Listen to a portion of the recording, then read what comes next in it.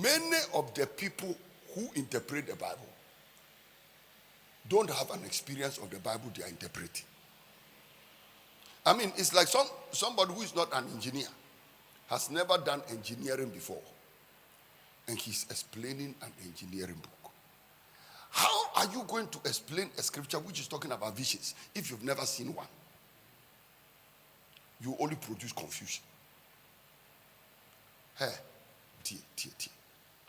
the visions he's talking about, that the young men will prophesy, old men will dream dreams, your sons and your daughters will prophesy, young people see visions. Hey, the vision is not building an electrical company. The vision is not going to school to go and study history or mathematics. The vision is simple. Your eyes are open. You are seeing what other people don't see. That is all. The vision is when you are seeing angels. And you are seeing, go to the verse 30. And you are seeing the signs in the heavens and in the earth, and blood and fire and pillars of smoke. There are some of you, since you were born, the only thing you see is houseflies and mosquitoes. Listen to me. Our generation has backslidden completely, and we must go back and pray. Because even the ones who call themselves pastors, apostles, and prophets know nothing about this scripture. I'll show you some things today. I'll show you some things. People are backsliding.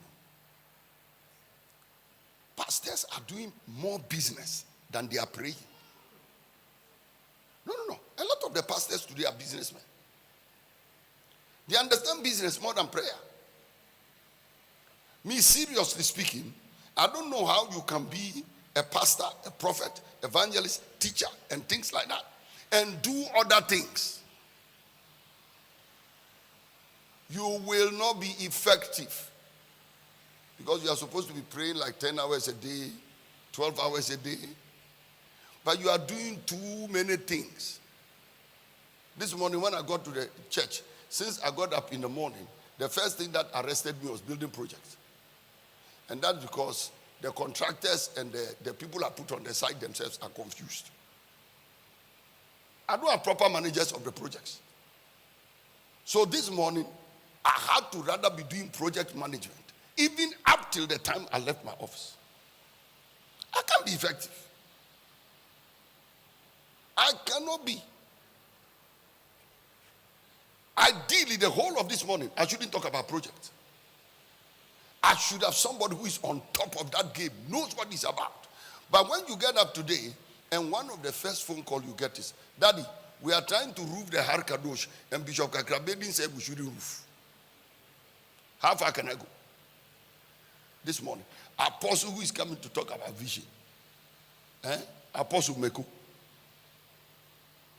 Who be preaching message here, building project now come.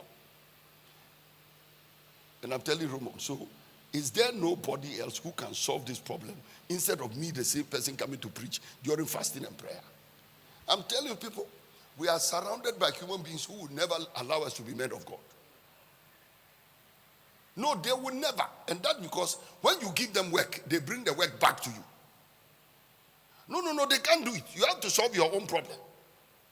And then I called now Pastor Chris to the office, and we are talking about common email. An administrator is supposed to send an email, and this person is supposed to do this. And I'm coming to talk about vision. So tell me, what kind of man of God can I be?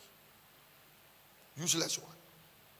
Me, I'm talking about my case. So I know that in your case, whenever I talk about your own, you get angry. You know, the nature of the human being is like that.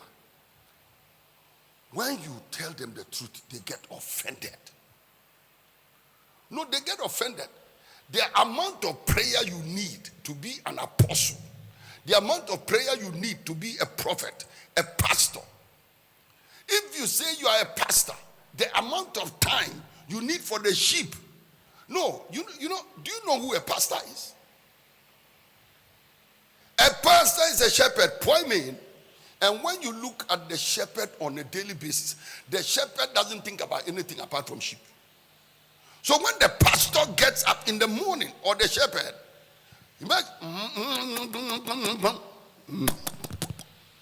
The sheep come and he's leading them. The whole day he hears sheep. He's talking to sheep. He's sitting down with sheep. Talking to sheep, sitting down with sheep. That is all the shepherd does. Nothing else. I've never seen a shepherd, and the sheep are playing something. And he says, I'm going to play football and come. Pastors spend more time in the gym than in prayer. No. A pastor can be in the gym every day, 3 hours. Now ask him, how many hours do you pray? I pray whilst I'm gymming. We are just saying Jimmy. Gymming and not Jimmy.